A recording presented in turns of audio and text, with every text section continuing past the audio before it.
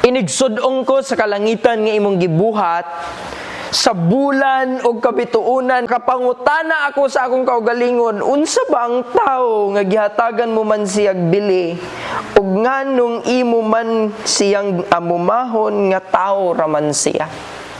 Ingon pa sa salmista dinhi, when I look up the skies, sa pagtanaw na ako sa kalangitan, sa kabituunan, sa mga bulan, makapangutan ako sa akong kaugalingon, kinsa man ko nga tao nga imo kong giamuma.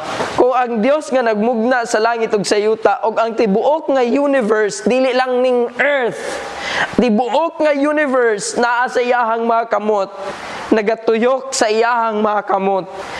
And I can't imagine kung unsa ni nga Dios nga iyahang gipahinungdan pag-ayo ang mga tawo.